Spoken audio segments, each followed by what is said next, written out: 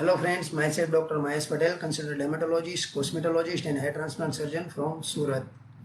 मैं सूरत में last 10 years से Patel skin care and cosmetic laser clinic में एज ए ओनर काम करता हूं। और आज मैं आपको बारिश की मौसम में आपके स्किन में क्या क्या चेंजेस हो सकते हैं, हेयर में क्या चेंजेस होते हैं और आपके नाखून में क्या चेंजेस होते हैं उसके बारे में मैं आपको बताने वाला हूं। अभी पहले मैं आपको स्किन में नॉर्मली हमको कोई भी सीजन है तो स्किन में नॉर्मली हमको क्या स्किन की केयर करनी है उसके बारे में मैं आपको बताऊंगा। पहले तो आपको नॉर्मली कोई भी सीजन में एक तो हाइड्रेशन मेंटेन करना है। हाइड्रेशन मेंटेन करना है मीन्स आपको दिन में 3 से 4 लीटर एटलीस्ट पानी पीना है। और आपको एक्सरसाइज करना है। एक्सरसाइज की वजह से रेगुलर एक्सरसाइज करना है। एक्सरसाइज की वजह में आपकी बॉडी में ब्लड का सर्कुलेशन बढ़ेगा और आपकी स्किन में ग्लो और स्किन हेल्दी रहेगी। दूसरा, आपको मेडिटेशन या योगा करना है जिसकी वजह से आपका स्ट्रेस लेवल कम होता है। और स्ट्रेस लेवल कम होने की वजह से कई बार स्ट्रेस की वजह से क्या होता है, एक्ने आउटब्रेक होता है, खील मुहासे होते हैं, तो वो आना कम हो जाएगा। और आपको जब भी बाहर निकलो तब आपको सनस्क्रीन लगाने निकलना है। आप हम ऐसा समझते हैं कि बारिश में के मौसम में धूप नहीं है तो सनलाइट है वो हम क्या हमारी स्किन पे कोई इफेक्ट नहीं करती है। नहीं, ऐसा नहीं है। बारिश के मौसम में भी सनलाइट रहती है तो वो भी आपकी स्किन पे असर करते हैं। तो उसके लिए आपको आपकी स्किन के अकॉर्डिंग आपको सनस्क्रीन लगाना है। अगर आपकी स्किन ऑयली है तो आपको जेल बेस्ड सनस्क्रीन प्रीफर करना है। और अगर आपकी स्किन ड्राई है तो आप क्रीम बेस या लोशन बेस सनस्क्रीन यूज़ कर सकते हो। और अगर आपकी स्किन सेंसिटिव है तो आप सनस्क्रीन के साथ जो भी एलोवेरा है और माइल्ड क्रीम है वो लगा सकते हो ताकि आपको इरिटेशन ना रहे। और आपको अगर आपको बैड हैबिट है, अल्कोहल है, स्मोकिंग है, तो वो सब आपको अवॉइड करना है। ये है सब नॉर्मल जो भी स्किन केयर है वो आपको रूटीन आपको फॉलो करना है। और आपको अपनी स्किन के अकॉर्डिंग टू मॉइस्चराइजर भी लगाना है। मॉइस्चराइजर में आपकी स्किन ज़्यादा ड्राई है तो आप अक्लूजी मॉइस्चराइजर लगा सकते हो। अगर आपकी स्किन माइल्ड थोड़ी बहुत ही ड्राई है तो आप इमोलियन बेस्ड जिसमें आप होम रेमेडीज में कोकोनट ऑयल है, फिर जोजोबा ऑयल है वो लगा सकते हो। या तो आप सटेल अल्कोहल, स्टेल अल्कोहल वाला इमोलियन, या तो आप डाइमेथिकोन और सेमेथिकोन वाला जो भी मॉइस्चराइजर है वो लगा सकते हो। या तो आप प्रोपिलीन ग्लाइकोल वाला मॉइस्चराइजर भी लगा सकते हो। अभी हम देखते हैं कि जो भी मानसून में हमारी स्किन में क्या क्या इफेक्ट होते हैं। पहले तो हमारी स्किन में बैक्टीरियल इन्फेक्शन बढ़ जाता है क्योंकि मानसून की सीजन में ह्यूमिडिटी ज़्यादा रहती है। तो ह्यूमिडिटी की वजह से हमारी स्किन में बैक्टीरियल इन्फेक्शन लगता है। तो बैक्टीरियल इन्फेक्शन में स्किन में क्या होता है, हमारी स्किन में पीले रंग की फुंसी होती है जिसमें पस भरा हुआ रहता है। उसको हम फोलिकुलाइटिस या तो फरंकल कहते हैं। उसमें आपको अगर ज़्यादा पस है तो पस कभी क्या होता है कि अपने आप निकल जाता है। अगर अपने आप नहीं निकलता है और ज़्यादा पस है तो अभी आपको आपके डर्मेटोलॉजिस्ट के पास जाके उसको वो पस को आपको ड्रेन करना है। और आपको घर पे भी एंटीसेप्टिक सॉल्यूशन जो भी रहते हैं जैसे कि डेटॉल है, सेवलॉन है, वो आपको यूज़ करना है। और आपको उसमें टॉपिकल एंटीबायोटिक जो भी क्रीम है वो आपको लगाना है जिसमें हम फ्यूसिडिक एसिड है, सोफ्रामाइसिन है, म्यूपिरोसिन क्रीम है, सिसोमाइसिन क्रीम है, वो हम अपने जो भी पेशेंट है उसको हम प्रिस्क्राइब करते हैं। और दूसरा, अगर आपको ज़्यादा पस है तो आप उसके लिए आपको खाने वाली जो भी एंटीबायोटिक की गोलियां है उसका आपको 7 डेज का कोर्स है वो आपको कंप्लीट करना रहता है। और दूसरा है फंगल इन्फेक्शन। जो आजकल फंगल इन्फेक्शन वैसे भी हमारे जो भी क्लिनिक में आते हैं उसमें से 50% पेशेंट हमारे पास फंगल इन्फेक्शन लेके आते हैं जिसको हम दराज कहते हैं। अभी आपको दराज हुई है तो आपको कैसे मालूम पड़ेगा, तो दराज में ऐसा है कि अपने जो भी बॉडी एरिया है उसमें लाल कलर के जो भी राउंड लीजन होते हैं उसके ऊपर वाइट कलर की पपड़ी रहती है और आपको खुजली उसमें ज़्यादा आती है। तो वैसे फंगल इन्फेक्शन के जो भी लीजन है वो अपनी बॉडी में दिखते हैं। अभी फंगल इन्फेक्शन शरीर के कौन कौन से पार्ट में होते हैं वो मैं आपको बताऊंगा। फंगल इन्फेक्शन बेसिकली जहाँ पे हमारी बॉडी में फोल्ड पड़ता है वो एरिया, जैसे कि नेक है, हमारा आर्म, अंडर आर्म्स है और ग्रोइन एरिया है जहाँ पे हमको ज़्यादा पसीना रहता है, स्वेटिंग होता है, तो उसकी वजह से वहाँ पे फंगस का ग्रोथ ज़्यादा होता है। अभी फंगल इन्फेक्शन आपको हुआ है तो आप उसको प्रिवेंशन के लिए आप क्या क्या कर सकते हैं।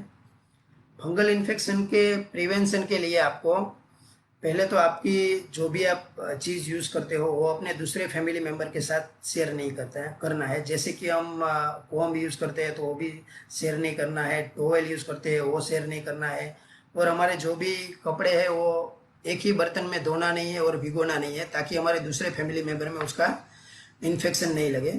और दूसरा, हमको भी जो भी हम कपड़े पहनते हैं वो टाइट नहीं पहनना है, वो एकदम लूज आपको कपड़े पहनना है। और हो सके तो हमको कॉटन के कपड़े पहनना है, नायलॉन और पॉलिएस्टर कपड़े आपको नहीं पहनना है, जिसकी वजह से ज़्यादा पसीना रहता है। और दूसरा, और हमारे जो अंडर वियर हम पहनते हैं वो हमको क्रॉस टाइप के जो आते हैं वो नहीं पहनना है, जैसे कि बॉक्सर टाइप के फुल जो आते हैं वो पहनने हैं, जिसकी वजह से हमको स्वेटिंग पसीना कम होता है, तो फंगल इन्फेक्शन भी हमको कम रहता है। और हम फंगल इन्फेक्शन मीन्स जहाँ पे हमको स्वेटिंग ज़्यादा होता है वो जगह पे हम या तो अपना नॉर्मल टेल्कम पाउडर डाल सकते हैं जिसमें स्टार्च नहीं हो, और या दूसरा हम एंटी फंगल पाउडर है वो भी कभी कभी आपको डालना है तो वो डाल सकते हो। ये सब चीज़ें हम प्रिवेंशन के लिए कर सकते हैं।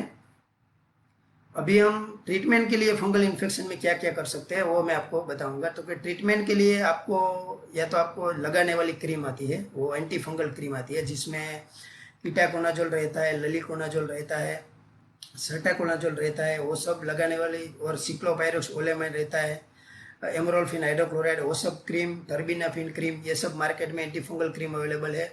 वो आपको अपने जो भी डर्मेटोलॉजिस्ट है उसकी एडवाइस के हिसाब से आपको आपके लिए कौन सी एंटी फंगल क्रीम सूटेबल है वो आपको यूज़ करना है। और उस मिनिमम आपको एटलीस्ट 10 to 12 वीक यूज़ करना है। अगर आपको उससे रिस्पॉन्स नहीं लगे और आपको ज़्यादा फंगल इन्फेक्शन है तो आपको फंगल इन्फेक्शन के लिए खाने वाली गोलियां लेनी है।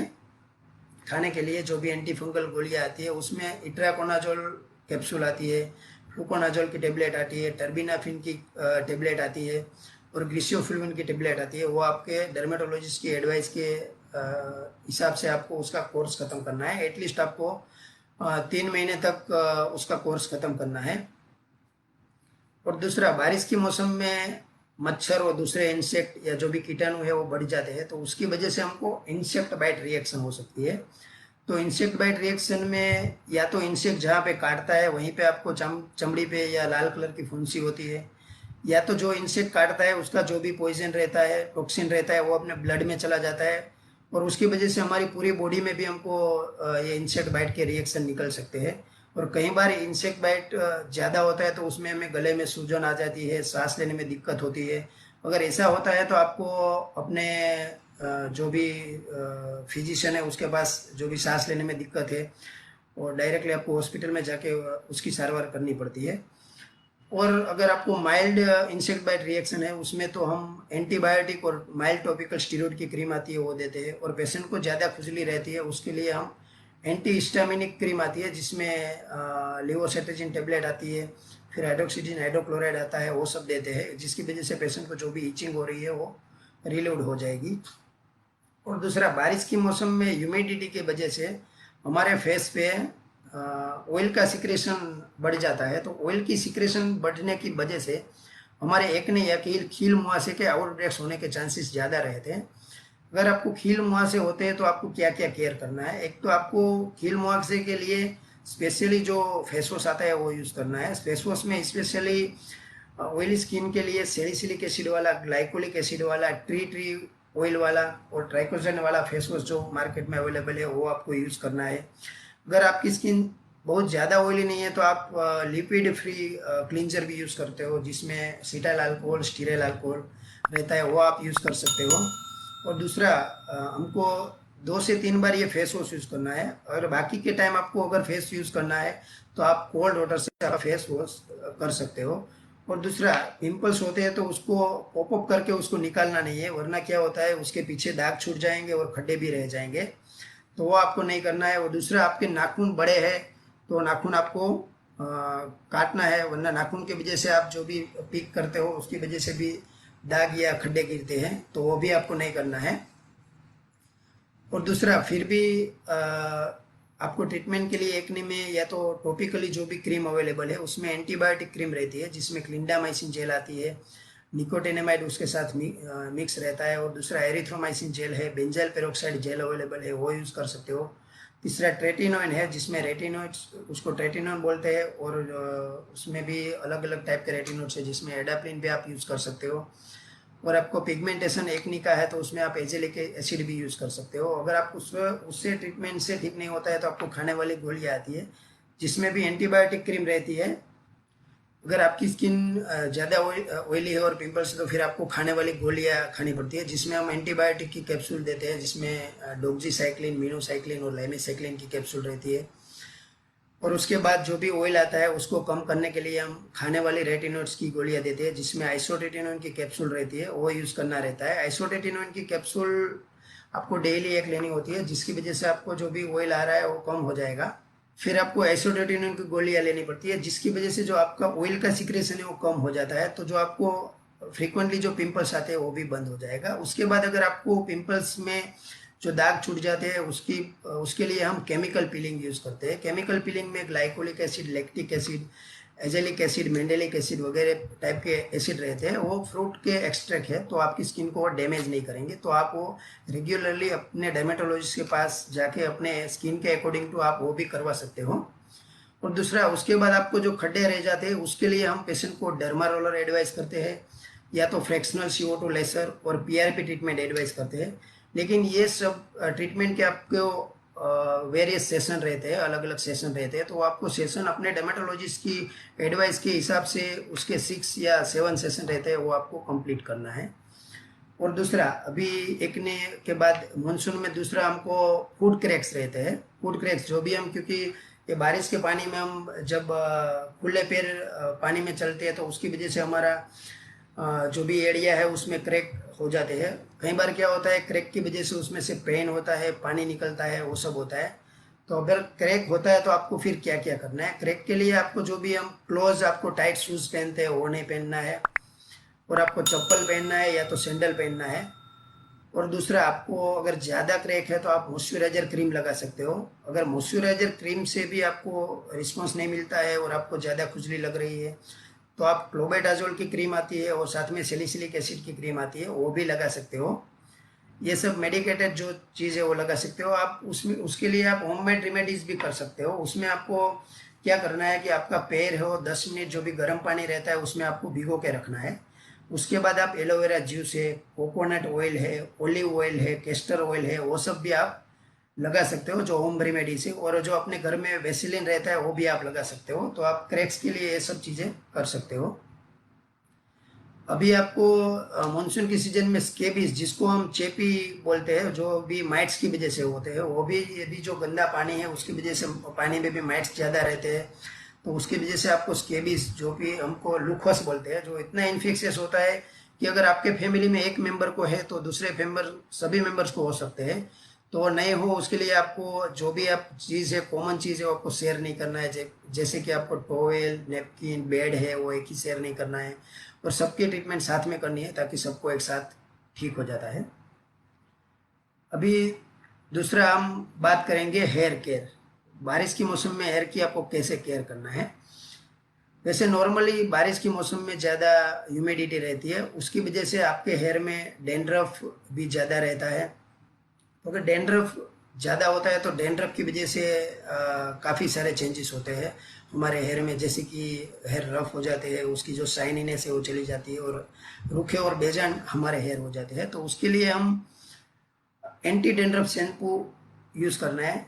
ज़्यादातर अभी क्या है कि कोरोना टाइम्स में ज़्यादातर लेडीज़ लोगों को स्ट्रेस इतना है कोरोना का, कि उसकी वजह से भी अभी हेयर फॉल का जो भी पेशेंट आते हैं वो इतने ज़्यादा बढ़ गए हैं, वो स्ट्रेस की वजह से, वो भी एक कारण है।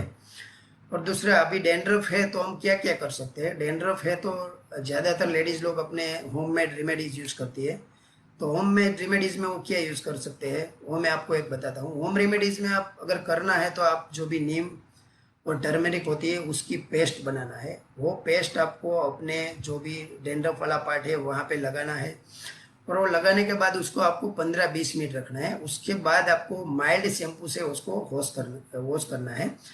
वैसे नीम और टर्मेरिक में क्या ज़्यादातर एंटीऑक्सीडेंट रहते थे और विटामिन सी रहता है, तो वो अपने जो भी डैमेज हेयर है उसको रिपेयर करता है, तो वो लगाना है।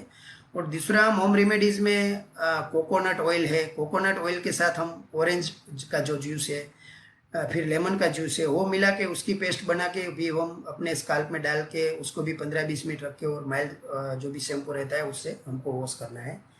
और तीसरी रेमेडीज है कि अपना जो भी मेथी आता है जिसको हम फेनुग्रीक बोलते हैं, उसके जो सीड्स आते हैं वो आपको पानी में उसको भिगो के ओवरनाइट आपको रखना है। और ओवरनाइट रख के दूसरे दिन मॉर्निंग में उसके जो भी फेनुग्रीक वाला पानी है, मेथी वाला पानी है, वो पानी आपको अपने सिर में लगा के उसको 20 मिनट रखना है। उसके बाद आपके हेयर वॉश करना है, तो जिसकी वजह से भी आपका डैंड्रफ है वो कम होगा। अगर आपके डैंड्रफ आप ये सब होम रेमेडीज ट्राई करते हो और ठीक नहीं होता है, तो उसके लिए आप मेडिकेटेड जो भी एंटी डैंड्रफ शैम्पू आते हैं वो भी यूज़ कर सकते हो। मेडिकेटेड शैम्पू में हम अकॉर्डिंग टू जो भी डैंड्रफ रहता है उसके हिसाब से पेशेंट को एडवाइस करते हैं। अगर आपका डैंड्रफ ज़्यादा थिक है और ज़्यादा स्केल है और वो स्केल अपने जो भी पिलो है उसके ऊपर गिरता है, या तो फिर आपके जो भी शोल्डर है वहाँ पे आपको थिक स्केल दिखते हैं, तो फिर ऐसे डैंड्रफ में हम अपने पेशेंट को हम कोल्टर बेस्ड शैम्पू या तो सैलिसिलिक बेस्ड जो शैम्पू मार्केट में है वो हम एडवाइस करते हैं। और दूसरा, अगर डैंड्रफ कम है और फाइन पार्टिकल है और फाइन स्केल है, तो उसके लिए हम पेशेंट को कीटाकोनोजोल वाला शैम्पू, सेलेनियम सल्फाइड वाला, जेडपीटीओ वाला, या तो पायरेक्टोमाइल ओलेमाइन या तो सिक्लोपायरोक्स ओलेमाइन वाला जो भी शैम्पू आता है और फ्लुओसिनोल वाला शैम्पू आता है, वो शैम्पू हम पेशेंट को एडवाइस करते हैं। अगर उससे भी डैंड्रफ आपको लग रहा है कि और भी है, तो उसके लिए हम फिर एंटी फंगल जो खाने वाली गोलियां होती है वो देते हैं। उसमें हम इट्राकोनाजोल की कैप्सूल जो भी एंटी फंगल है, फ्लूकोनाजोल की टेबलेट आती है, वो एक इटाकोनाजोल की टेबलेट पेशेंट को एडवाइस करते हैं। कई बार पेशेंट को सीवियर ऑयली स्काल्प रहता है, तो उसके लिए हम कभी कभी विटामिन ए जैसे कि आइसोटेटिनोन की कैप्सूल आती है वो भी हमारे पेशेंट को हम एडवाइस करते हैं। और दूसरा, डैंड्रफ की वजह से लॉन्ग टर्म डैंड्रफ रहता है, तो हमारे जो भी हेयर है उसके रूट से वो वीक हो जाते हैं, उसकी वजह से हमको फ्रीक्वेंटली हेयर फॉल की प्रॉब्लम रहती है।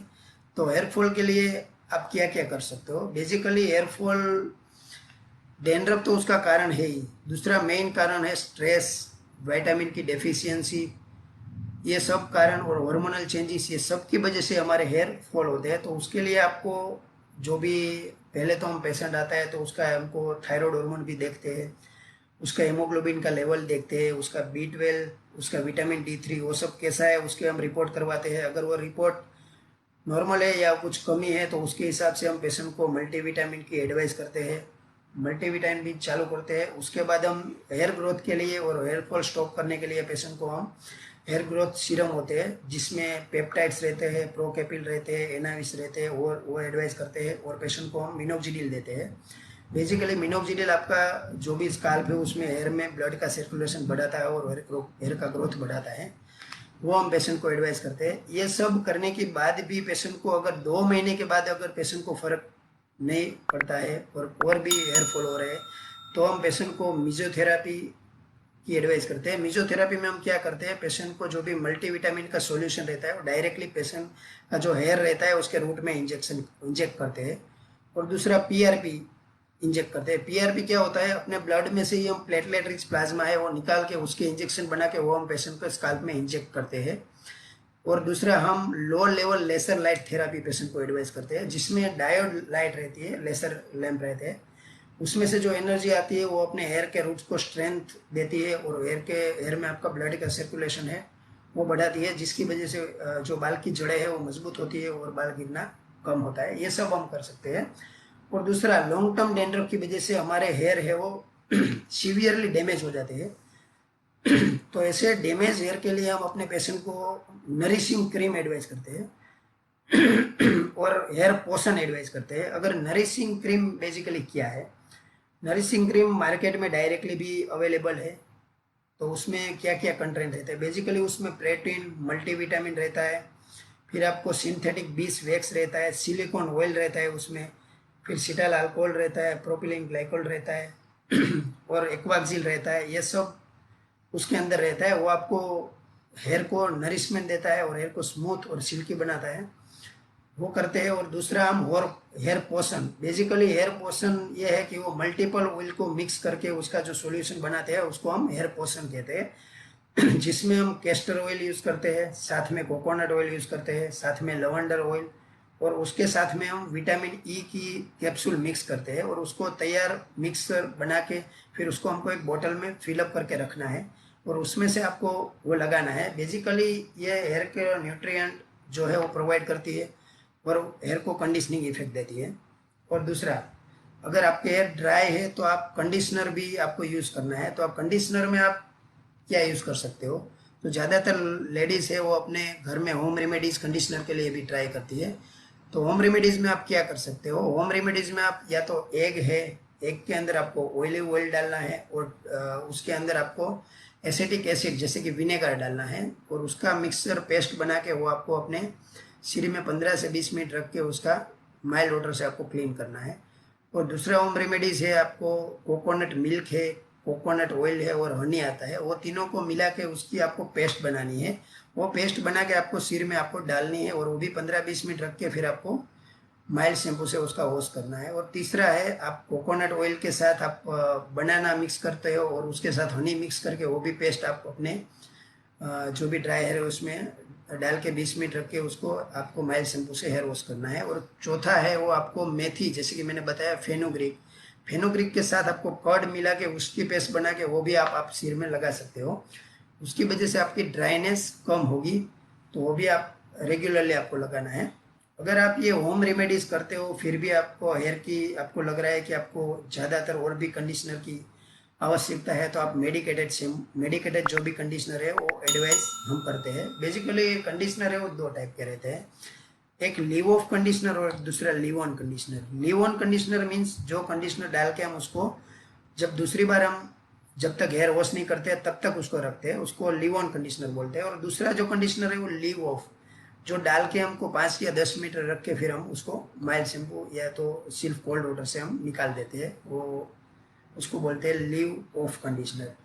तो अभी कंडीशनर जो मार्केट में मिल रहा है उसमें बेसिकली मेडिकली क्या क्या होना चाहिए, उसमें एक तो इमोलिएंट जिसमें हम जोजोबा ऑयल है, कैस्टर ऑयल है, प्रोपिलीन ग्लाइकोल है, डाइमेथिकॉन है, सीमेथिकॉन है, स्टेराइल अल्कोहल है, वो सब रहता है। और कहीं कहीं उसमें कभी कभी हाइलुरोनिक एसिड भी डालते हैं और सिंथेटिक वैक्स है, लेनोलिन है, वो सब जो भी मार्केट में अवेलेबल है। और दूसरा मेन जो भी कंडीशनिंग एजेंट है वो पॉलीक्वाट्रेनियम एमोनियम सॉल्ट आता है, वो रहता है। वो उसके भी टाइप रहता है, उसका 6 टाइप है, 13 टाइप है, 17 टाइप है, 10 टाइप है, वो भी उसमें डालते हैं। और जो आप लगाने के बाद आपको नरिशिंग इफेक्ट मिलती है, शाइनीनेस रहती है और बाल की जड़ें भी उसमें कैस्टर ऑयल की वजह से मजबूत होती है। तो ये सब चीज़ें आप यूज़ कर सकते हो। ये सब है आप हेयर की जो भी केयर थी। और दूसरा, अभी आपको हेयर केयर के लिए रूटीन में क्या शैम्पू यूज़ करना है वो मैं बताता हूँ। रूटीनली आपको जो भी शैम्पू, वैसे जो हमारे हेयर रहते हैं टाइप, हेयर के टाइप के अकॉर्डिंग टू यूज़ करना है। अगर आपका हेयर का टाइप नॉर्मल है या नॉर्मल टू ड्राई है, तो आप जो भी रेगुलर शैम्पू यूज़ करते हो कि जिसमें ड्राई या नॉर्मल हेयर है, तो उसमें क्या होता है कि आपको क्लींजिंग प्रॉपर्टी अच्छी होनी चाहिए और और कंडीशनिंग प्रॉपर्टी अच्छी होनी चाहिए, वो शैम्पू आपको यूज़ करना है जिसकी कंडीशनिंग प्रॉपर्टी ज़्यादा हो। और अगर आपका जो भी स्काल्प और हेयर है वो ऑयली है, तो आपको ज़्यादा कंडीशनिंग इफेक्ट की ज़रूरत नहीं रहती है, लेकिन आपको अच्छा क्लींजिंग इफेक्ट देता है वैसा मॉइस्चराइजर आपको यूज़ करना है। बेसिकली शैम्पू अगर हम मार्केट में लेते हैं तो आपको क्या क्या ध्यान रखना है, शैम्पू लेने से पहले आपको शैम्पू पर देखना है कि वो पैराबेन फ्री है, सल्फेट फ्री है। बेसिकली सल्फेट हमेशा सोच रहे हैं कि वो हेयर के लिए बहुत हेयर को डैमेज करता है, लेकिन ऐसा नहीं है। अगर आपका स्काल्प सीवियरली ऑयली है और आपके हेयर ऑयली है, तो आप सल्फेट वाला शैम्पू कभी कभी यूज़ करते हो तो आपको उसका इतना वो साइड इफेक्ट नहीं रहता है, क्योंकि जो भी सल्फेट रहता है उसकी जो भी क्लींजिंग प्रॉपर्टी है, जो भी डर्ट रिमूव करने की, पोल्यूशन जो भी हेयर में है वो रिमूव करने की प्रॉपर्टी है, वो सबसे ज़्यादा स्ट्रॉन्ग रहती है। तो आप ओकेजनली यूज़ कर सकते हो। बेसिकली जो भी ड्राई है और सेंसिटिव स्काल्प है उसके लिए आपको सल्फेट फ्री ही शैम्पू यूज़ करना है। और दूसरा, उसमें फ्रेगनेंस नहीं होनी चाहिए, क्योंकि फ्रेगरेंस होने की वजह से होने की वजह से कई बार हमको स्काल्प में भी एलर्जी होती है और किसी को फ्रेगरेंस की एलर्जी होती है, तो उसकी वजह से उसको अपने पूरे बदन में खुजली भी लगती है और आपको लाल चकामा जैसा रीजन भी हो जाता है, तो इसलिए वो अवॉइड करना है। और दूसरा जो भी आर्टिफिशियल कलर डालते हैं जिसमें हम रेड CND टाइप की डाई रहती है वो नहीं यूज़ करना है, क्योंकि वो रेड पेट्रोलिटम और कोल tar में से बनाते हैं, तो वो आपकी स्काल्प को और आपकी स्किन के लिए भी वो इरिटेंट है, तो वो आपको शैम्पू लेने से पहले इतनी चीज़ सब ध्यान रखना है। और दूसरा कि अभी स्किन और हेयर केयर कैसे करना है वो मैंने आपको बताया। अभी मैं आपको नेल का आपको क्या क्या ध्यान रखना है वो मैं आपको बताता हूँ। तो नेल में क्या क्या चेंजेस बारिश में होता है। तो बारिश में नेल में एक तो इनग्रो टोनेल होता है, दूसरा फंगल इन्फेक्शन होता है, और दूसरा पेरोनाइकिया होता है। तो फंगल इन्फेक्शन में क्या होता है, फंगल इन्फेक्शन में जो भी आपकी नेल होता है या तो पीला हो जाता है या तो काला रहता है। अगर आपके जो भी नाखून है उसमें एक नाखून में आपका फंगल इन्फेक्शन है तो वो फंगल इन्फेक्शन आपके दूसरे नाखून में भी फैलता है। ताकि आपको अगर फंगल इन्फेक्शन है तो आपने अपने डॉक्टर को जाके कंसल्ट करना है।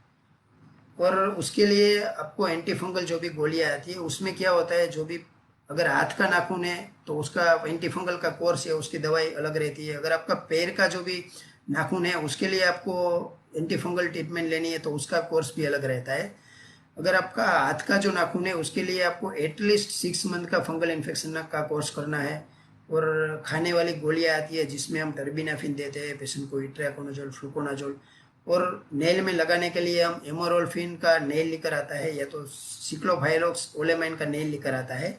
वो आपको नेल पॉलिश की तरह हम पेशेंट को लगाने के लिए एडवाइस करते हैं, वो करना है। और दूसरा, बारिश के मौसम में बार बार हमारा पैर गीला होता है, उसकी वजह से नेल की जो आजू बाजू की स्किन होती है वहाँ पे रेड कलर की स्किन हो जाती है, उसमें पस भर जाता है तो येलोइश दिखता है, उसको हम पेरोनाइकिया बोलते हैं। तो उसमें हम क्या करते हैं, जो भी पस है उसको ड्रेन कर देते हैं, निकाल देते हैं। उसके बाद हम पेशेंट को एंटीबायोटिक की क्रीम लगाने की एडवाइस करते हैं और साथ में खाने वाली जो भी एंटीबायोटिक गोलियां है उसका हम 7 डेज का कोर्स देते हैं। और तीसरा, बारिश के मौसम में हम बार बार पैर भिगोने की वजह से हमारा जो नेल का प्लेट रहता है वो सॉफ्ट हो जाता है। तो उसकी वजह से क्या होता है कि जब भी हमारे पैर में कुछ भी ज़्यादा वजन गिरता है तो उसकी वजह से नेल की जो प्लेट की डायरेक्शन है वो चेंज हो जाती है, जिसकी वजह से इनग्रो टोनेल होने के चांसेस ज़्यादा रहते हैं।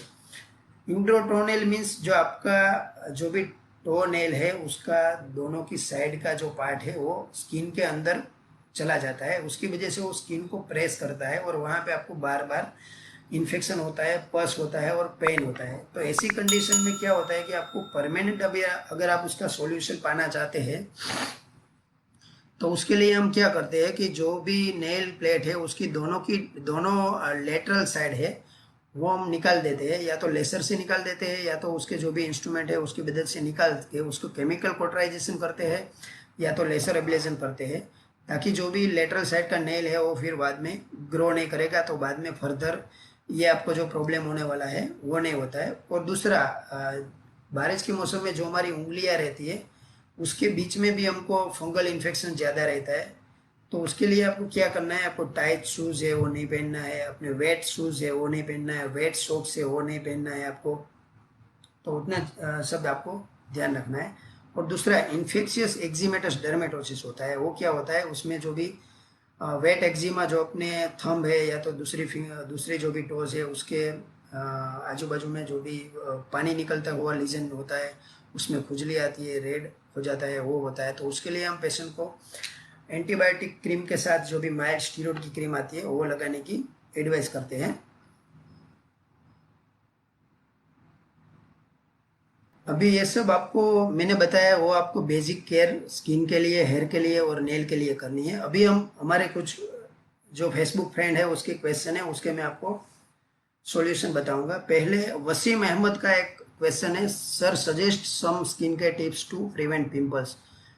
वो मैंने अपने जो भी अभी मैं आपको टिप्स बताया उसमें मैंने आपको बता ही दिया है, फिर भी मैं आपको एक बार बता देता हूँ। पिंपल्स प्रिवेंशन के लिए आपको क्या करना है, आप जब भी, क्योंकि आपको पिंपल्स है तो बेसिकली आपकी स्किन ऑयली है, तो ऑयली स्किन नहीं रहे उसके लिए आप क्या कर सकते हो। एक तो आपको जो भी ऑयल रिमूव करे वैसा फेस वॉश यूज़ करना है। उसमें हम glycolic acid, salicylic acid, aloe vera, tree oil और ट्राइक्लोजन वाले फेस वॉश जो है वो सजेस्ट करते हैं। और दूसरा, वो आपको मिनिमम 2 टाइम्स यूज़ करना है। और अगर आप दिन में अगर ज़्यादा आपको फेस वॉश करना है, आपको कोल्ड वाटर से फेस वॉश करना है। और दूसरा कि अगर आपकी स्किन उतनी ज़्यादा ऑयली नहीं है तो फिर आप लिपिड फ्री क्लींजर आता है जिसमें स्टेराइल अल्कोहल और सिटाइल अल्कोहल रहता है, वो आप यूज़ कर सकते हो। दूसरा, अगर आपको नाखून से उसको पिक करने की आदत है या तो अपनी उंगलियों से पिंपल्स को दबाने की आदत है तो वो आपको अवॉइड करना है, जिसकी वजह से आपको पिंपल्स के खड्डे और उसके दाग गिर जाते हैं। और दूसरा कि मैं आपको डाइटरी एडवाइस देता हूँ कि वो आपको चीज़ें नहीं खाना है। अगर आपको पिंपल्स है तो आपको जंक फूड है, फास्ट फूड है, डेयरी प्रोडक्ट है और शुगर और रिफाइंड जो भी प्रोसेस फूड है वो आपको अवॉइड करना है। वो स्पेशली एक्ने ब्रेकआउट को ज़्यादा बढ़ाता है। और आपको उसकी जगह पे आपको ग्रीन लीफी वेजिटेबल और फ्रूट है जिसमें एंटीऑक्सीडेंट और विटामिन सी ज़्यादा रहता है वो लेना है, जिसमें हम ऑरेंज जूस है, पाइनएप्पल जूस है, मैंगो जूस है, वो एडवाइस करते हैं कि जिसमें एंटीऑक्सीडेंट प्रॉपर्टी ज़्यादा रहती है, तो वो आपके एक्ने के लिए तो अच्छा ही है। और जो भी सनलाइट की वजह से जो भी डैमेज होता है वो भी आपको कम करता है एंटीऑक्सीडेंट।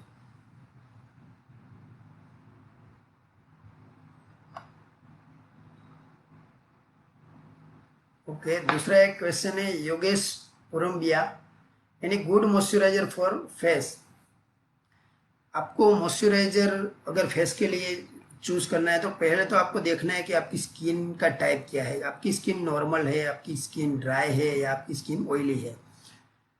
अगर आपकी स्किन ड्राई है तो आप नॉर्मल कोई भी मॉइस्चराइजर, नॉर्मल मॉइस्चराइजर मीन्स जिसमें डाइमेथिकोन हो, सीमेथिकोन हो, कैस्टर ऑयल हो, जोजोबा ऑयल हो और प्रोपिलीन ग्लाइकोल हो, वैसा मॉइस्चराइजर आप, या तो हाइलुरोनिक एसिड हो, वैसा मॉइस्चराइजर आप सिलेक्ट कर सकते हो। अगर आपकी स्किन थोड़ी ड्राई है तो उसके लिए आप ग्लिसरीन वाला, हाइलुरोनिक एसिड वाला और माइल्ड यूरिया बेस्ड मॉइस्चराइजर जो आते हैं वो आप यूज़ कर सकते हैं। अगर आपकी स्किन ऑयली है तो आपको नॉन कोमेडोजेनिक जो भी मॉइस्चराइजर रहता है, नॉन कोमेडोजेनिक मीन्स जो मॉइस्चराइजर लगाने के बाद आपके जो भी ऑयल ग्लैंड्स के पोर्स है वो बंद नहीं होने चाहिए, वैसे मॉइस्चराइजर को हम नॉन कोमेडोजेनिक कहते हैं। अगर वो पोर्स बंद हो जाते हैं तो और एक्ने आउटब्रेक्स होते हैं, तो उसके लिए नॉन कोमेडोजेनिक मॉइस्चराइजर यूज़ करना है जिसमें प्रोपिलीन ग्लाइकोल है वो यूज़ कर सकते हैं। और जो भी ऑयल रहता है जैसे ट्री ऑयल है, फिर मिनरल ऑयल है, वो सब आप यूज़ कर सकते हो। इसमें आप कोमेडोजेनिक जो भी चीज़ें हो जैसे कि आपका कोकोनट ऑयल है और व्हीट जम ऑयल है वो आपको यूज़ नहीं करना है, क्योंकि उसमें कोमेडोजेनिक प्रॉपर्टी है जो आपके पोर्स को क्लोज करता है और आपको एक्ने ब्रेकआउट्स ज़्यादा होता है।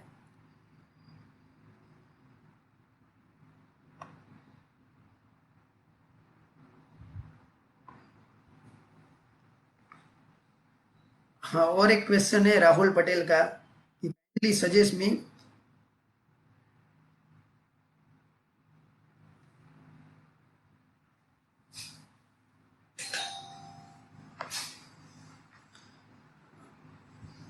उसका क्वेश्चन है kindly suggest me tips for food care during monsoon. Charger,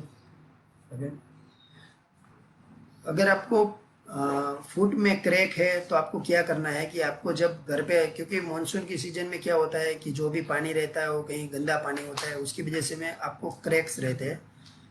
तो उसकी वजह से आपको क्रैक्स है तो आपको फिर क्या करना है, आपको घर पे जाके आपका जो पैर है वो गर्म पानी में आपको 10 मिनट रखना है। वो गर्म पानी में रखने से जो भी डर्ट है वो भी सब निकल जाएगी। उसके बाद हमको मॉइस्चराइजर लगाना है।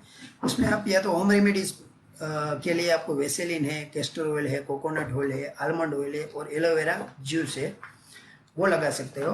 अगर उससे आपको ऐसा लग रहा है कि रिस्पॉन्स ज़्यादा नहीं है तो आप मेडिकेटेड मॉइस्चराइजर है जिसमें पेट्रोलेटम जैसे कि white soap paraffin, light liquid paraffin और यूरिया बेस्ड जो भी मॉइस्चराइजर है वो आपको लगाना है। अगर उसके मॉइस्चराइजर लगाने के बाद भी आपको अगर ईचिंग लगता है और ज़्यादा स्केल लगता है तो उसके लिए आप क्लोबेडाजोल जो भी क्रीम आती है वो लगा सकते हो, साथ में सैलिसिलिक एसिड वाली क्रीम है वो लगा सकते हो। और मानसून के सीज़न में कई बार क्या होता है कि लेडीज़ लोग ज़्यादातर पेडिक्योर करवाती है, तो वो मानसून के सीज़न में एडवाइजेबल नहीं है, क्योंकि वो पेडिक्योर करने की वजह से आपकी स्किन थोड़ी बारिश के मौसम में वैसे भी भीगी रहती है, तो फिर क्या है कि स्किन सेंसिटिव हो जाती है और पेडिक्योर करने की वजह से और भी सेंसिटिव हो जाती है, तो आपको दूसरे इन्फेक्शन लगने के चांसेस बढ़ जाती है। तो ये सब चीज़ें आप अपने फूड के प्रिवेंशन के लिए कर सकते हो। और अपने जो भी शूज़ पहनते हो गीले नहीं होने चाहिए, और सॉक्स भी गीले नहीं होने चाहिए। और आप उसकी जगह पे आपको चप्पल या तो खुले सैंडल पहनना है, जैसे कि आपकी स्किन थोड़ी ड्राई रहे और आपके क्रैक्स कम रहे।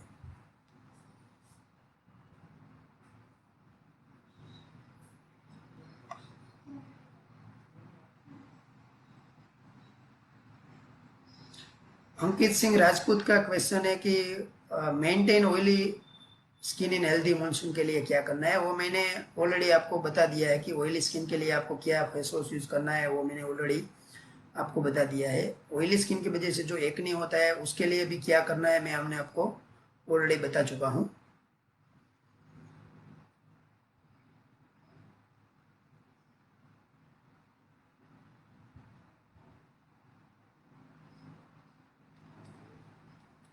अमित छाया का एक क्वेश्चन है, sir please suggest me any tips to prevent my skin from dust which cause roughness over my face.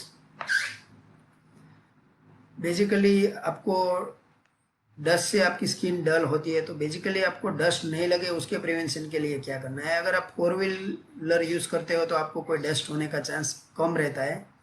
अगर आप 2 व्हील यूज़ करते हो तो आपको वैसे तो हेलमेट पहनना है और या तो मास्क पहन के निकलना है। फिर भी आप जहाँ पे जाते हो तब ये सब यूज़ करते हो तो आपको डस्ट नहीं लगती है। और आप बाहर निकलते हो तो आपको डस्ट लगता है। तो डस्ट लगता है तो आपको क्या करना है, पहले तो आप घर पे जाते हो या तो ऑफिस में जाते हो, पहले आपको कोल्ड वाटर से अपना फेस वॉश करना है। और उसके बाद आपका जो भी आप फेस वॉश यूज़ करते हो उसके बाद 2 घंटे बाद उससे भी आपको एक बार फेस वॉश करना है। और डस्ट नहीं लगे, सनलाइट की इफेक्ट नहीं हो, उसके लिए आपको प्रॉपर जो भी सनस्क्रीन अवेलेबल है वो सनस्क्रीन यूज़ करना है।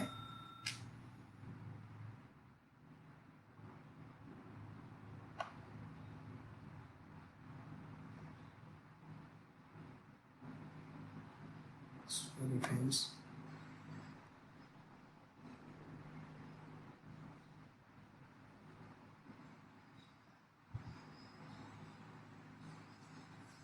हिमानी असर का क्वेश्चन है, रिंगवॉर्म प्रिवेंशन एंड ट्रीटमेंट। वो बेसिकली मैं आपको बता चुका हूँ, फिर भी मैं आपको एक बार बता देता हूँ कि आपको रिंगवॉर्म के प्रिवेंशन के लिए क्या करना है। प्रिवेंशन के लिए बेसिकली अगर आपको फंगल इन्फेक्शन है तो आपके दूसरे जो भी फैमिली मेम्बर है उसको नहीं हो। और आपका आपका ही चलो आपको एक बॉडी पार्ट में है और आपका दूसरा बॉडी पार्ट में नहीं हो, उसके लिए भी आपको प्रिवेंशन करना है। तो उसके लिए आपको क्या करना है कि आप जब फंगल इन्फेक्शन होता है तो उसमें खुजली होती है। तो खुजली होती है तो आप क्या है कि अपने नाखून से उसको खुजलाते हो। तो नाखून से खुजलाने की वजह से क्या होगा कि जो नाखून में फंगस आ जाती है, वो फंगस जो नाखून में रहती है वही नाखून से आप दूसरी जगह पे जहाँ पे नॉर्मल है, जहाँ पे फंगस नहीं है, वहाँ पे आप खुजलाते हो तो वहाँ पे फंगस लगती है और वो स्प्रेड होती है। तो क्या करना है कि आपको नाखून अपने रेगुलरली ट्रिम करने हैं और बड़े नाखून नहीं होने देने हैं। और दूसरा जो भी आप चीज़ यूज़ करते हो फैमिली मेम्बर के साथ शेयर करने करना है, जैसे कि कॉम्ब, टॉवेल, नेपकिन, वो नहीं यूज़ करना है। और अपने कपड़े हैं, जो आप टाइट कपड़े पहनते हो तो वो नहीं पहनना है, आपको लूज कपड़े पहनना है। और आपको कॉटन के कपड़े पहनना है, नहीं कि नायलॉन और पॉलिस्टर के कपड़े पहनना है।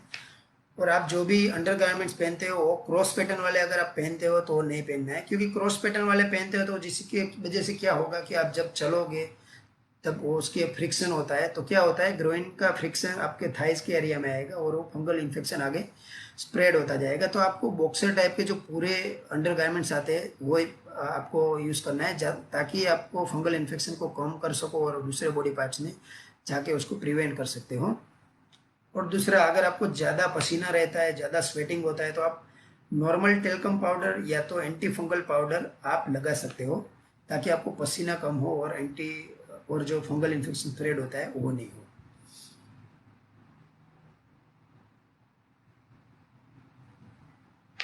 हाँ, और एक क्वेश्चन है, सजेस्ट काइंडली सजेस्ट फूड और diet for good and healthy skin. Okay, Brijesh भाई डोडिया का क्वेश्चन है। तो आपको हेल्दी स्किन के लिए डाइट में आपको क्या क्या ध्यान रखना है। डाइट में आपको ग्रीन लीफी वेजिटेबल है, जो भी विटामिन सी वाले फ्रूट्स है वो ज़्यादा लेना है, जैसे कि पाइनएप्पल, ऑरेंज, मौसम्बी, मैंगो, आंवला। वो सब ज़्यादा लेना है, क्योंकि उसमें एंटीऑक्सीडेंट रहता है। तो एंटीऑक्सीडेंट क्या करता है, स्किन की ग्लो, हेल्थी स्किन तो रखते ही है उस, और जो भी सनलाइट होती है, सनलाइट की इफेक्ट की वजह से हमारी स्किन में फ्री रेडिकल जो भी टॉक्सिन है वो जनरेट होते हैं, उसकी वजह से हमको एजिंग के चेंजेस, स्किन में झुर्रियाँ जल्दी से हो जाती है, वो सब होता है। तो वो भी हमारा जो भी विटामिन सी है, विटामिन ए है, विटामिन ई है, वो भी प्रिवेंट करता है। तो हमको विटामिन ए, सी, ई जिसमें ज़्यादा मिलते हैं वो यूज़ करना है। और दूसरा, हमारी स्किन ड्राई है तो जो भी ग्रीन लीफी वेजिटेबल होते हैं उसमें भी थोड़ा, और दूसरा जो भी कई बार हम प्रोटीन के लिए एग्स वो भी यूज़ करते हैं, तो उसमें क्या होता है, कई बार एसेंशियल फैटी एसिड भी हमको मिलते हैं। तो एसेंशियल फैटी एसिड की वजह से हमारी स्किन जो भी ड्राई है तो वो भी ऑयली रहती है और उसमें ग्लो होता है। ये सब चीज़ें आपको खाने में ज़्यादा यूज़ करना है, और नींबू पानी दिन में 3-4 बार पीना है। ये सब हेल्दी और ग्लोइंग स्किन के लिए आपको करना है। और दूसरा, क्या क्या चीज़ आपको नहीं खाना है, तो कि जो भी प्रोसेस्ड, जो भी बेकरी के आइटम है, जो भी तली हुई आइटम है, जो भी फर्मेंटेशन वाले आइटम है, वो आपको अवॉइड करना है। स्पेशली अगर आपको एक्ने है तो आपको चॉकलेट है, डेयरी प्रोडक्ट्स है, और जो भी बाहर का जंक फूड है, फास्ट फूड है, वो आपको अवॉइड करना है, ताकि आपकी स्किन को जो भी उसकी वजह से डैमेज होने वाला है, जो भी आपके एक्ने है वो बढ़ने वाले हैं वो नहीं बढ़ेंगे, और उसका भी कंट्रोल हो जाएगा। ओके, राहुल पटेल का क्वेश्चन है, which is best way to stop early hair greying.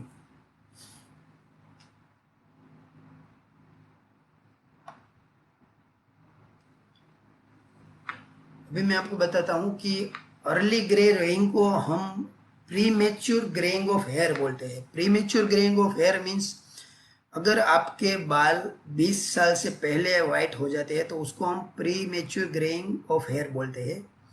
और अगर आपको 20 साल के बाद आपको जो भी हेयर वाइट होते हैं वो ग्रेजुअली धीरे धीरे वाइट तो होने वाले हैं एजिंग के हिसाब से। तो जो प्रीमेच्योर ग्रेइंग ऑफ हेयर है उसके रीजन पहले तो क्या क्या हो सकते हैं। एक तो हेरिडिटी, जो अगर अगर आपके मम्मी पापा को है तो आपको आने का चांसेस ज़्यादा रहता है। दूसरा, थोड़ा स्ट्रेस का लेवल। तीसरा, विटामिन की कमी। और कुछ बच्चों को जब बचपन से ही उसको कुछ जो भी एजिंग सिंड्रोम रहते हैं, जिसको हम प्रोजेरिया और कहते हैं, वैसे सिंड्रोम रहते हैं, उसमें भी बाल जल्दी से वाइट हो जाते हैं। और कई बार उसको सफ़ेद दाग होता है तो उसमें भी कई बार बाल है उसके वाइट हो जाते हैं। तो ये सब कारण की वजह से। और दूसरा कि हम हेयर स्टाइलिंग प्रोडक्ट ज़्यादा यूज़ करते हैं, जैसे कि हेयर कलर, हेयर जेल, वो सब ज़्यादा यूज़ करते हैं, उसकी वजह से जो हमारे हेयर छोटी उम्र में वाइट होते हैं। दूसरा, आज का स्ट्रेस लेवल तो है ही, तो स्ट्रेस लेवल को भी आपको कम करना है, और उसके साथ आपको जो भी हेल्थ फास्ट फूड, आपका जंक फूड लेते हो उसकी वजह से भी आपके बाल है वो वाइट होने के चांसेस रहते हैं। तो अभी वाइट हेयर ग्रेइंग हो गया है तो उसके लिए हम क्या कर सकते हैं। पहले तो आपको हेल्दी डाइट है, वो हेल्दी डाइट लेना है। दूसरा, स्ट्रेस लेवल आपका कम करना है, उसके लिए आप एक्सरसाइज कर सकते हो, योगा, मेडिटेशन, वो सब कर सकते हो। और दूसरा, विटामिन की सप्लीमेंट करना है, जैसे specially vitamin B12, vitamin D3, और most important is the calcium pantothenate for the greying of hair. Calcium pantothenate की वजह से, कमी की वजह से ज़्यादा ग्रेइंग होता है। तो अभी कैल्शियम पेंटोथिनेट है वो अभी हमारे जो भी खाने की चीज़ है उसमें सबसे ज़्यादा किस में होता है, क्योंकि सबसे ज़्यादा जो वॉलनट रहता है, अपना कैप्सिकम रहता है, आंवला रहता है, उसमें सबसे ज़्यादा कैल्शियम पेंटोथिनेट है। तो आपको कैप्सिकम, आंवला, वॉलनट जो रहता है वो आपको ज़्यादा लेना है। और दूसरा, उसका सॉल्यूशन भी मार्केट में अवेलेबल है, लेकिन वो सबको इफेक्ट करता है वैसा नहीं है। काफ़ी लोगों को इफेक्ट करता है, काफ़ी लोगों को इफेक्ट नहीं भी करता है। उसमें मेलेटिन नाम का कंटेंट आता है, वो हम यूज़ करते हैं।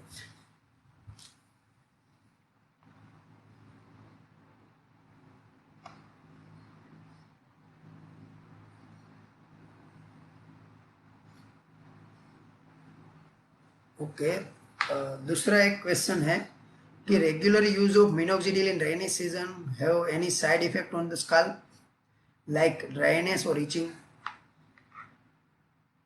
मॉनसून में बेसिकली ह्यूमिडिटी की वजह से ऑलरेडी आपके स्काल्प में ऑयल थोड़ा और सीबम का सिक्रेशन बढ़ जाता है। तो अगर सीबम का सिक्रेशन बढ़ता है और ऐसी मौसम में आप मिनोक्सिडिल डालते हो तो आपको इरिटेशन के चांसेस कम रहते हैं, क्योंकि मिनोक्सिडिल में दो टाइप के बेस रहते हैं। मिनोक्सिडिल जो उसकी मेन दवाई है उसके साथ उसमें बेस रहते हैं जो उसमें व्हीकल जिसको बोलते हैं, जिसकी वजह से साइड इफेक्ट नहीं हो। उसमें प्रोपिलीन ग्लाइकोल रहता है, कई बार पेट्रोलियम बेस भी रहता है और दूसरा अल्कोहल बेस्ड रहता है। अगर आपका स्काल्प ऑयली है तो आप अल्कोहल बेस्ड वाला मिनोक्सिडिल भी आप यूज़ कर सकते हो और उसका पेनिट्रेशन भी बढ़ता है। लेकिन जो भी ह्यूमिडिटी की वजह से आपके बाल में डेंड्रफ भी साथ में ज़्यादा रहते हैं, तो क्या होता है कि मिनोक्सिडिल इटसेल्फ आपके हेयर को ड्राई तो करता ही है, लेकिन डेंड्रफ भी और साथ में ड्राई करता है। तो उसके साथ में मिनोक्सिडिल के साथ आपको एंटी डेंड्रफ शैम्पू यूज़ करना है और अच्छा वाला आपको कंडीशनर जो मैंने बताया है वो इंग्रेडिएंट वाला आपको कंडीशनर यूज़ करना है, ताकि आपके बाल में मिनोक्सिडिल की जो भी साइड इफ़ेक्ट अगर होने वाले भी है तो वो भी नहीं होगी। और दूसरा, अगर आपका स्काल्प ड्राई है तो आप मिनोक्सिडिल का जो प्रोपिलीन ग्लाइकोल वाला बेस है वो यूज़ कर सकते हो, जिसकी वजह से आपको इरिटेशन और ड्राइनेस नहीं लगे। तो आप मानसून में बेफिक्र, अगर आपको हेयर फॉल है तो आपके डर्मेटोलॉजिस्ट की एडवाइस के अनुसार आपको मिनोक्सिडिल के अलग अलग परसेंटेज का मिनोक्सिडिल मार्केट में अवेलेबल है। 2% है, 3% है, 5% है, 7.5% है, 10% है और 12.5% है। तो उसमें से आपके एयरफॉल की सीवियरिटी के अनुसार आपका जो भी डर्मेटोलॉजिस्ट है वो आपके बॉल को देखेंगे, उसका एनालिसिस करेंगे और उसके हिसाब से आपको मिनोक्सिडिल प्रिस्क्राइब करेंगे। तो वो आपको मिनोक्सिडिल रेगुलरली आपको यूज़ करना है। कई बार क्या होता है, पेशेंट मिनोक्सिडिल जब चालू करता है तो उसको शुरू शुरू में बाल जो गिर रहे हैं उससे भी ज़्यादा गिरने की प्रॉब्लम रहती है, तो आपको उससे डरना नहीं है और आपको उसको कंटिन्यू करना है। और एटलीस्ट मिनोक्सिडिल की इफेक्ट आने में आपको 6 वीक लगते हैं, उसके बाद आपका हेयर फॉल कम होता है। तो आपको मिनोक्सिडिल एटलीस्ट आपका डॉक्टर की एडवाइस के अनुसार एटलीस्ट 6 मंथ तो लगाना ही है। उसके बाद आपका डॉक्टर जैसे बोलते हैं डर्मेटोलॉजिस्ट, वैसे आपको उसका डोज कम या ज़्यादा करना है।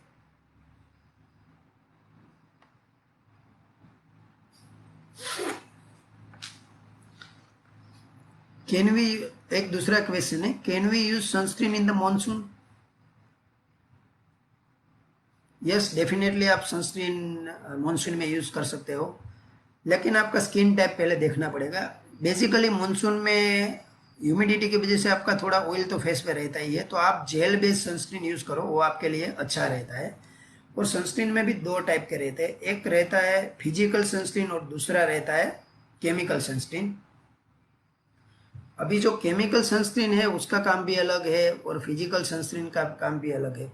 केमिकल सनस्क्रीन क्या करता है और फिजिकल सनस्क्रीन क्या करता है? फिजिकल सनस्क्रीन जो है उसमें हम जिंक ऑक्साइड और टाइटेनियम डाइऑक्साइड आता है वो यूज़ करते हैं। वो बेसिकली क्या करता है, जो सनलाइट जो हमारी स्किन पे आती है उसका रिफ्लेक्शन करता है, वो पीछे धकेलते हैं, उसका रिफ्लेक्ट करते हैं, वो काम है। और उसका जो केमिकल सनस्क्रीन है, हमारा केमिकल सनस्क्रीन क्या करते हैं, जो भी रेज आता है उसको एब्सॉर्ब करते हैं, जस्ट लाइक ए स्पॉन्ज। जैसे कैसे स्पॉन्ज को पानी में भिगोते हो तो पानी को एब्सॉर्ब करता है, वैसे ही। और जो फिजिकल सनस्क्रीन है वो हमारी बॉडी में शील्ड की तरह काम करता है, हमको प्रोटेक्ट करता है। तो अगर आपकी स्किन ऑयली है तो आप जेल बेस्ड सनस्क्रीन प्रीफर कर सकते हो। अगर आपकी स्किन ड्राई है तो आप या तो ऑयल बेस्ड, या तो आप लोशन बेस्ड और या तो क्रीम बेस्ड सनस्क्रीन यूज कर सकते हो।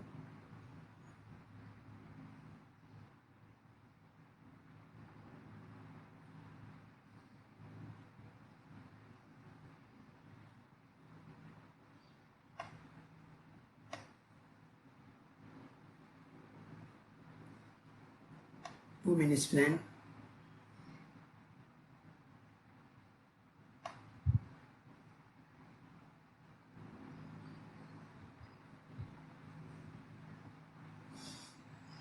ओके, श्रिया मनेक का एक क्वेश्चन है कि shampoo for scalp psoriasis. Basically scalp psoriasis में क्या होता है, आपको फ्लेक्स इतने ज़्यादा बनते हैं कि वो फ्लेक्स आपके शोल्डर पे गिरते हैं, आपके जो भी पिलो है उस पर गिरते हैं, आपके बेड पे गिरते हैं और वो आपको इरिटेटिंग और एम्बेरेसिंग फील करवाता है। तो उसके लिए आपको क्या करना है कि आपको जो भी कोल्टर बेस जो भी आता है शैम्पू वो यूज़ करना है, या तो सेलिसिलिक बेस फेस वॉश है, सेलिसिलिक बेस शैम्पू है वो यूज़ करना है। और वो आपको नॉर्मल शैम्पू की तरह नहीं यूज़ करना है, आपको उसको डाल के 5 से 10 मिनट रखना है ताकि स्केल है वो आपको लूज हो जाते हैं और वो उसकी वजह से कम्प्लीटली रिमूव हो जाते हैं। तो आपको कोल्टर बेस और सैलिसिलिक बेस यूज़ करना है।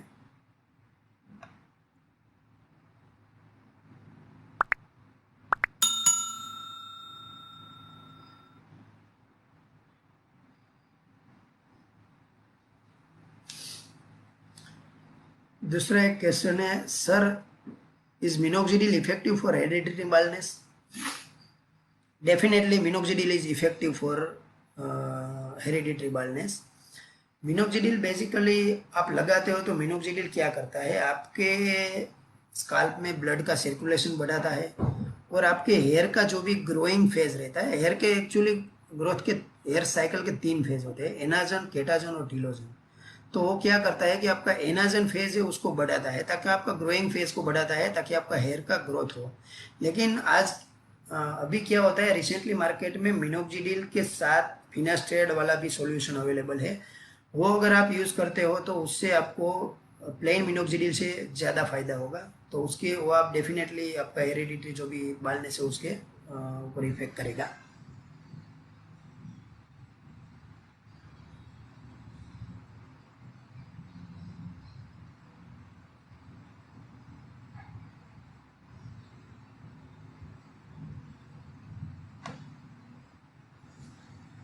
Kindly suggest good leave-on and leave-off conditioner available in the market.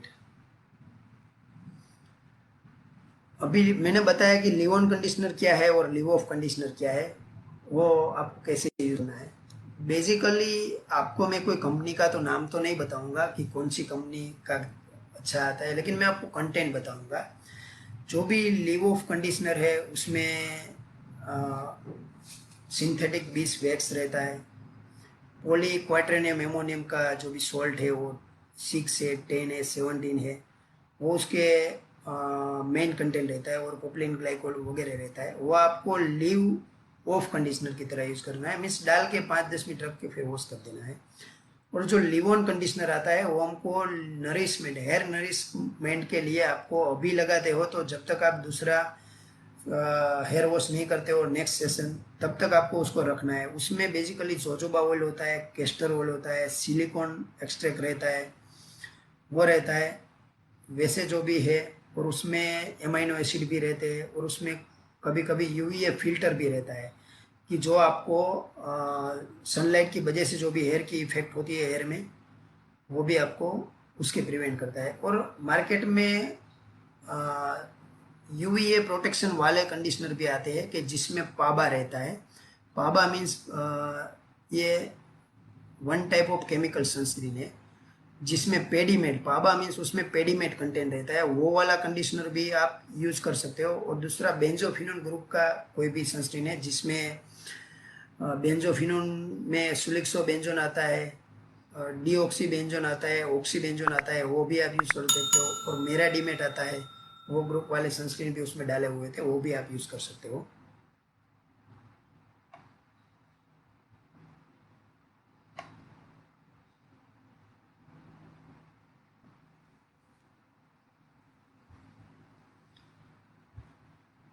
First of all, now our session is over. First of all, I would like to thank to Mankind people, those who have given me such opportunity to speak on monsoon skincare tips. Thank you so much, Mankind Pharma. And now अभी मेरे Facebook जो भी friends है, अगर आपको कभी भी कोई भी क्वेरी है, स्किन रिलेटेड आपको टिप्स चाहिए, तो आप मेरे क्लिनिक का जो नंबर है वो आप नोट कर सकते हो, उसके ऊपर आप मुझे कांटेक्ट कर सकते हो। तो मेरे क्लिनिक का कॉन्टैक्ट नंबर है 9409517957 और दूसरा लैंडलाइन नंबर है 0261255936। उसके ऊपर आप मुझे जो भी मेरा क्लिनिक का रेगुलर टाइम है, मॉर्निंग में 10:30 to 1:30 और इवनिंग में 5 to 8:30, में आप कभी भी कांटेक्ट कर सकते हो और आपकी जो भी क्वेरी है वो मुझे आप कह सकते हो, मैं उसका आपको ज़रूरी बेहतर सॉल्यूशन बताऊंगा। और दूसरा, आप मेरा फेसबुक पेज है पटेल स्किन केयर सूरत और मेरा इंस्टाग्राम है पटेल स्किन केयर सूरत, उसमें भी आप मुझे फॉलो कर सकते हो। और मैंने अभी आपको जो भी मानसून स्किन के टिप्स बताया, वैसी स्किन के टिप्स में अलग अलग वीडियो भी मैं अपनी जो भी फेसबुक पेज है, इंस्टाग्राम पेज पे मैं रखता हूँ, तो उसके दौरान भी आप काफ़ी सारी इन्फॉर्मेशन आपको मिलेगी। और दूसरा मेरा यूट्यूब चैनल है, वो भी आप सब्सक्राइब कर सकते हो। मेरे यूट्यूब चैनल का नाम है डॉक्टर मैक स्किन एमडी, उसको आप सब्सक्राइब कर सकते हो। और उसमें आप अलग अलग जो भी स्किन के मैं वीडियो रखता हूँ, हेयर रिलेटेड वीडियो रखता हूँ और कॉस्मेटिक रिलेटेड वीडियो रखता हूँ, उसकी आपको टिप्स मिलेगी जरूरी। होप आपको ये मेरा जो भी प्रेजेंटेशन है, जो मैंने आपको टिप्स दिया, वो आपको अच्छा लगा होगा। Thank you all my Facebook friends and especially Mankind Pharma. Thank you.